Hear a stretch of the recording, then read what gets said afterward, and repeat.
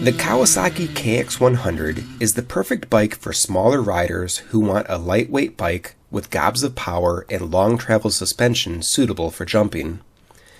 The KX100 and its smaller brother, the KX85, excel on the motocross track, but they can make great trail bikes as well with a few simple additions such as a spark-arrested silencer and a kickstand.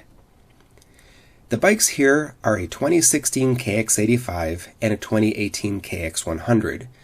Both have new plastics and fancy new graphics, but aside from the spark-arrested silencers, they're completely stock. The KX85 makes about 20 horsepower, and the KX100 makes about 23. Both are powered by a water-cooled two-stroke engine. Both of these bikes are kickstart only, and fuel is fed to the engine by way of carburetor. These bikes will require a bit more maintenance than a trail bike, but the trade-off is a lightweight bike that's faster and better for jumping. Both bikes have a 6-speed manual transmission. Now, if you have the misconception that the KX100 or 85 are small kids' bikes just for putting around the backyard, you should know that these bikes could reach speeds of 60 to 70 miles an hour. The KX85 has a 17-inch front tire and a 14-inch rear, while the KX100 has a 19-inch front and 16-inch rear. The frame and swing arm on the KX100 is slightly larger than that of the 85. If you look at the frame just above the gas tank, you could see how the KX100 frame extends a bit further forward. This affects the location of the handlebars, making the bike a better fit for larger riders with longer arms.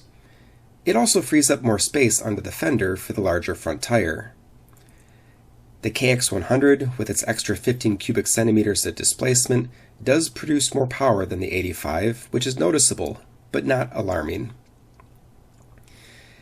The KX85 with a seat height of 32.7 inches is a good fit for riders who are 5 to 5 foot 4 inches tall and under 120 pounds, while the KX100 with its 33.4 inch seat height is good for riders who are 5 foot 3 to 5 foot 7 and under 130.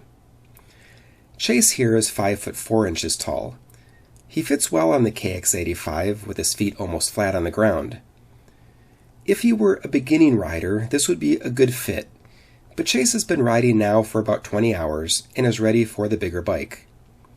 On the 100, his feet are up just a bit more, but that's okay. He'll likely grow quite a bit this summer, and the larger KX100 will fit him longer than the 85. Earlier, I asked Chase which bike he preferred to ride, and after sitting on both, he chose the KX100.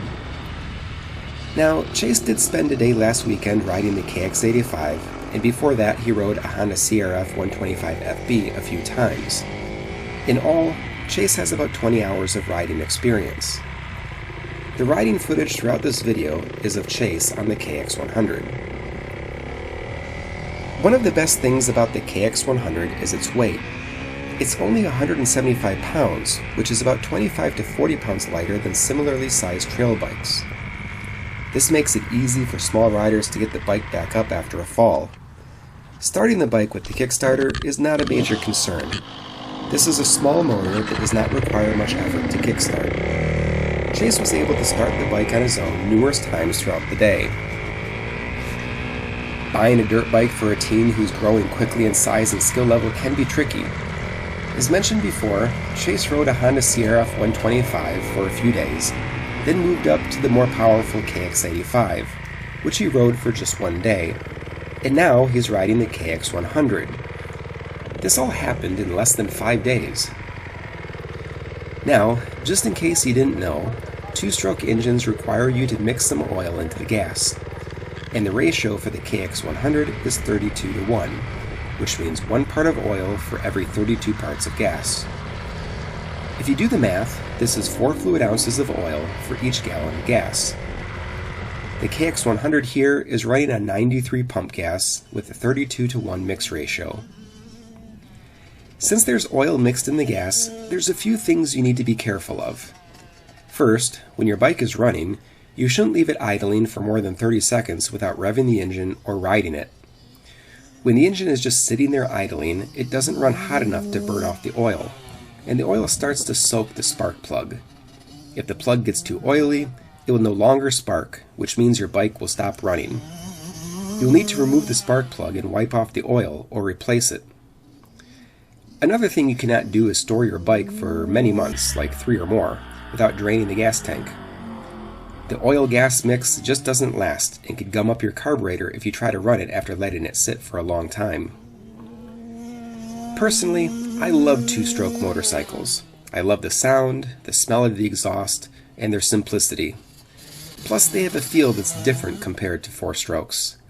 They have snappier power, and they have less engine braking due to less moving engine parts, so when you let off the throttle, the bike just continues to coast smoothly rather than slowing down and throwing you forward.